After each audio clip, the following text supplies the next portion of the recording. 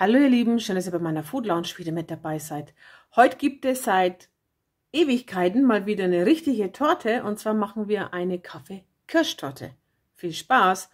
Dafür braucht ihr 3 Biskuitböden mit einem Durchmesser von 26 cm, dann 150 Gramm Johannisbeergelee, 350 Gramm Löffelbiskuit, einen Espresso, gebrüht und abgekühlt, ein großes Glas Kirschen, eine Packung Mandel-Vanillepuddingpulver, 4 Esslöffel Zucker, 500 Milliliter Milch, 2 Teelöffel lösliches Kaffeepulver, 6 Blatt Gelatine, 400 Milliliter Sahne und dann für den roten Guss braucht ihr eine Packung roten Tortenguss, 250 Milliliter Kirschsaft und ich habe da den Kirschsaft vom Glas genommen. Dann für die Verzierung 300 Milliliter Sahne, ein Päckchen Sahnesteif, ein Päckchen Vanillezucker und dann nimmt ihr noch die restlichen Kirschen vom Glas. Los geht's.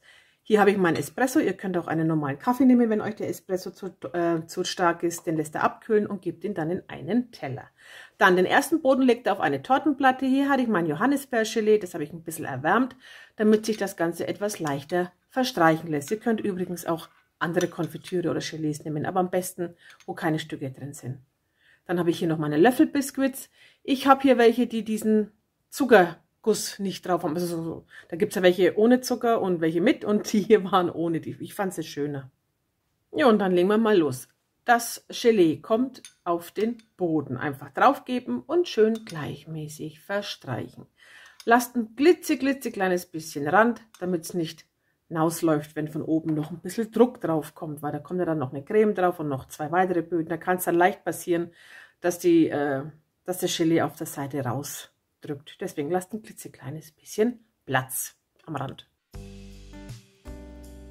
So sieht's aus. Dann habe ich hier jetzt mein Espresso. Da tauche ich meine Löffelbiskuits ganz kurz ein. Also die müsst ihr nicht motzmäßig da rein tunken. Das langt wirklich nur kurz, dann saugen die sich total voll. Und die lege ich jetzt auf meinen Boden. Das hat von der Größe her eigentlich ziemlich gut geklappt. Wenn ihr natürlich die Lücken nicht haben wollt, dann müsst ihr es euch halt noch ein bisschen zurechtbrechen.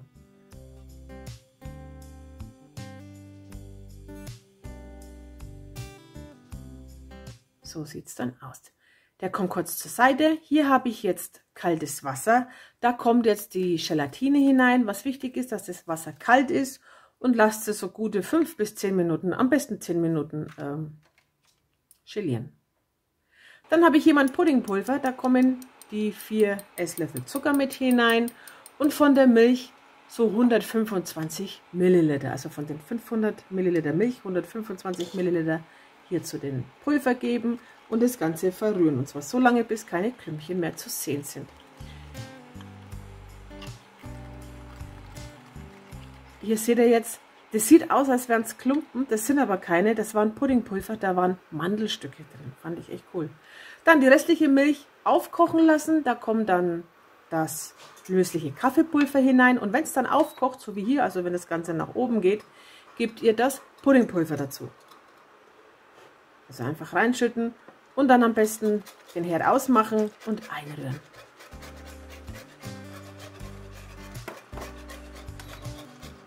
Jetzt ist mein Pudding cremig, so muss er sein. Jetzt hole ich meine Gelatine, die drücke ich aus und gebe sie einfach in den heißen Pudding hinein und verrühre sie dann. Solche Cremes liebe ich, also wo man die Gelatine nicht vorher irgendwie im Ofen nochmal schmelzen lassen muss, sondern wo man sie direkt in die heiße Creme hineingeben kann und sich daran auflöst.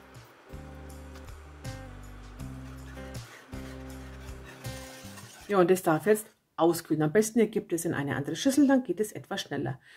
Hier habe ich meine 400 Milliliter Sahne, die wird steif geschlagen, ohne Sahnesteif, ohne Zucker. Und wenn dann meine Creme das Gelieren beginnt, kann ich da die geschlagene Creme dazugeben und die wird untergehoben. Ich habe es jetzt hier mit einem Löffel gemacht, ihr könnt sie aber auch mit einem Schneebesen unterheben oder mit einem Teigschrauber.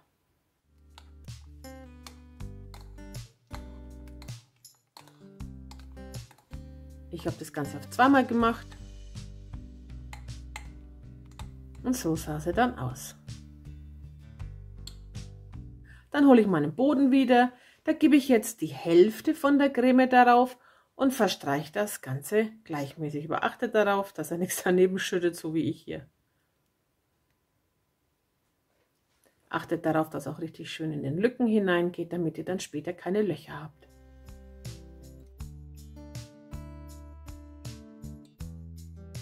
Da kommt jetzt der zweite Boden darauf. Einfach drauflegen.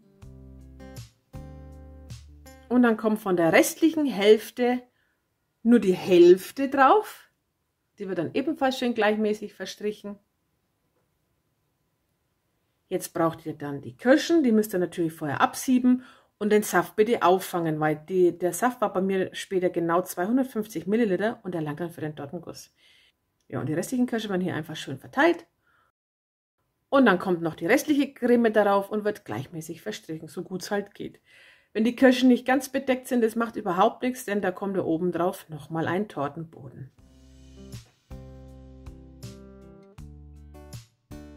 Ja, und so sah es dann aus. Die darf jetzt mal für 1 Stunde kühlen. Dann, hier ist jetzt mein Saft von dem Glas Kirschen. Das kommt in einen Topf.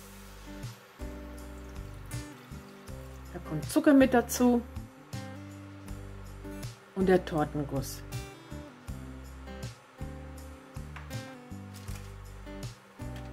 Das Ganze wird jetzt unter dem Kochen so lange verrührt, also während des Kochens immer rühren, bis das Ganze dickflüssig wird, so wie hier. Das sieht man ganz gut. Das soll dann ungefähr so 1 Minute aufkochen, dann lasst das noch 1 Minute kurz auskühlen. Holt eure gekühlte Torte und gebt dann den Tortenguss oben drauf. Verstreicht ihn noch schön gleichmäßig. Und dann sollte die Torte für mindestens 4 bis 5 Stunden kühlen.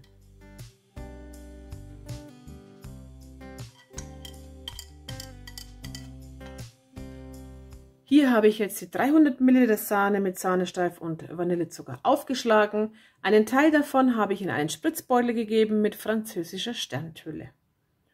Und dann hole ich meine Torte und entferne den Tortenring davon. Schön vorsichtig, natürlich vorher erst am Rand entlang mit einem Messer schneiden und dann vorsichtig den Ring entfernen. Und so sah sie aus. War da schon begeistert, also ich fand sie richtig schön. Das ist so eine richtige schöne Torte. Habe ich schon lange nicht mehr gemacht. Eigentlich seit August nicht mehr. Hab mal nachgeschaut. Ich habe echt ewig schon keine Torten mehr gemacht. So richtige Torten. Dann nehme ich jetzt meine Sahne und streiche den Rand damit ein. Das muss jetzt nicht top sein. Wenn ihr so wie ich auch Löffelbiskuits am Rand hinstecken wollt. Wer natürlich nur einen Sahnerand möchte, der soll es natürlich schon schön verstreichen. Ich brauche jetzt hier die Sahne einfach nur, damit das Ganze haftet. Und dann kommen die Löffelbiskuits am Rand entlang. Sieht doch toll aus, oder? Also ich finde die echt schön ohne den Zucker. Ich habe dann noch, das sieht man hier jetzt nicht, einen Tortenring nochmal drum gestellt und habe sie nochmal für eine halbe Stunde in den Kühlschrank gegeben, damit das alles ein bisschen fester wird. Dann die restliche Sahne oben drauf gespritzt. Und ich nehme unheimlich gerne die französischen Sterntülen, weil ich finde die einfach schön. Ihr könnt natürlich auch jede andere nehmen. Da wird jetzt ringsherum Tuffs gespritzt und auf jeden Tuff gebe ich dann noch eine Kirsche. Bei den Kirschen gebe ich euch einen Tipp, tut sie im Küchentuch noch ein bisschen abtrocknen, damit dann euch später die Flüssigkeit nicht an den Tuffs runterläuft, weil dann sieht das alles nicht mehr so schön aus. Ja, und dann ist sie fertig. Die Torte sollte bis zum Verzehr kühl gestellt werden. Und ja, dann könnt ihr sie essen. Also ich muss sagen, das ist, wer Kaffeetorten liebt, so richtig schöne, cremige Kaffeetorten, da ist die perfekt. Also die war so lecker. Dieser Geschmack von dem Kaffee, von dem Espresso. Espresso ist ja etwas stärker als normaler Kaffee. Und dann das Fruchtige von den Kirschen. Das war echt genial. Und optisch, wenn man sie anschneidet, der totale Hingucker. Also ich fand sie richtig, richtig schön. Und es war jetzt mal wieder eine richtig schöne Torten. Ja, das war's dann auch von mir. Ich hoffe, das wird euch gefallen. Wenn ja, lasst mir einen Daumen nach oben da. Abonniert meinen Kanal und wir sehen uns ganz bald wieder. Dann wünsche ich euch noch einen tollen Tag. Bleibt gesund, passt auf euch auf und bis demnächst. Tschüss.